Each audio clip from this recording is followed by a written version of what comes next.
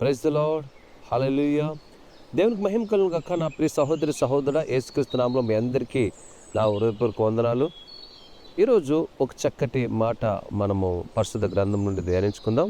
కీర్తనల గ్రంథం 94వ అధ్యాయము 14వ వాక్యములు ఇలా ఉంది: యెహోవా తన ప్రజలను ఎడబాయువాడు కాదు.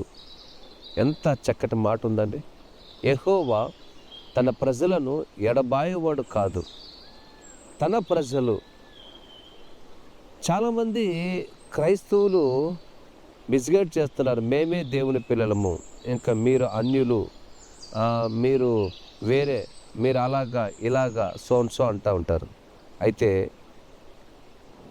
లేఖనాల ప్రకారంగా సృష్టి అంతా సృష్టించిన వాడు ఆయనే.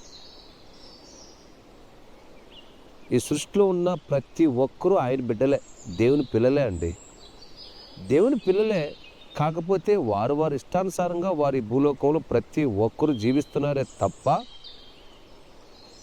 ఈ భూలోకంలో సృష్టించబడిన ప్రతి ఒక్కరూ దేవుని పిల్లలే అండి. అందులో తన ప్రజలు అంటే ఆయన మాట నమ్మి ఆయనను అనుసరించువారు, ఆయనను వెంబడించువారు, ఆయన మాట ప్రకారంగా జీవించిన వారు, ఆయన పరిశుద్ధ రక్తము ద్వారా శరీరధారిగా కృపాసత్య సంపూర్ణగా 2000 సంవత్సరాల క్రితము ఈ భూలోకానికి వచ్చిన యేసుక్రీస్తు రక్తము ద్వారా పాప విమోచన పొంది ఆయన మాట ప్రకారంగా జీవించిన నీతిమంతులు, లేకపోతే ఆయన పిల్లలు అని అర్థం. అటువంటి వారిని దేవుడు ఎప్పుడు ఎడబాయడంటండి. అటువంటి వారి కోసము, తన పిల్లల కోసం ప్రాణం ఇచ్చిన దేవుడు, నా తండ్రి నా కోసం ప్రాణం ఇచ్చాడు,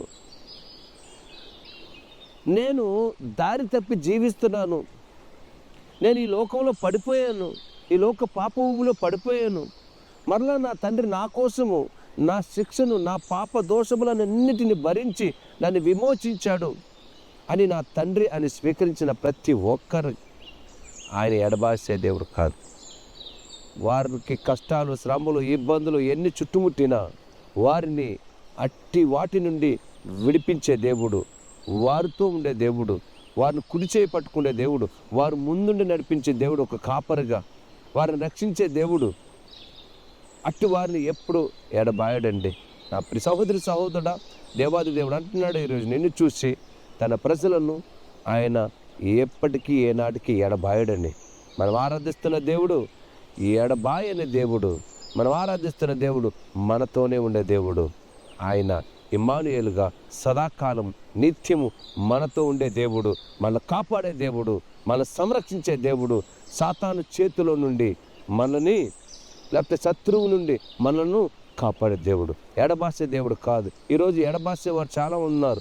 నీ కన్నా తల్లిదండ్రులు కావచ్చు, స్నేహితులు కావచ్చు, బంధువులు కావచ్చు, కట్టుకున్న భార్య లేకపోతే భర్త, వీరు ఒక్కొక్క సమయానికి, ఆయా సందర్భానికి ఎప్పుడు ఎలా ఎడబాసిపోతారో తెలియదు, ఎవరు ఎట్టి విధంగా విడిపోతారో తెలియదు. అయితే నా దేవుడు ఎప్పటికీ ఏనాటికి విడిపోడు, ఎడబాయడు, మారని దేవుడు. ఆయన కృప మారదు, ఆయన ప్రేమ మారదు, ఆయన చేతి హస్తకృత్యాలు ఏవి మారవు.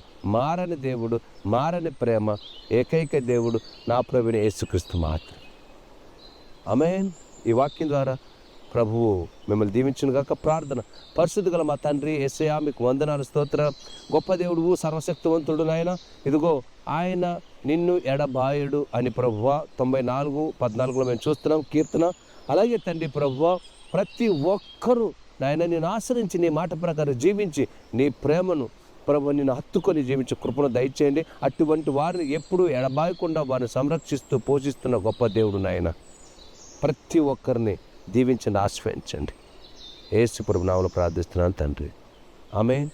ఆమేన్. God bless you.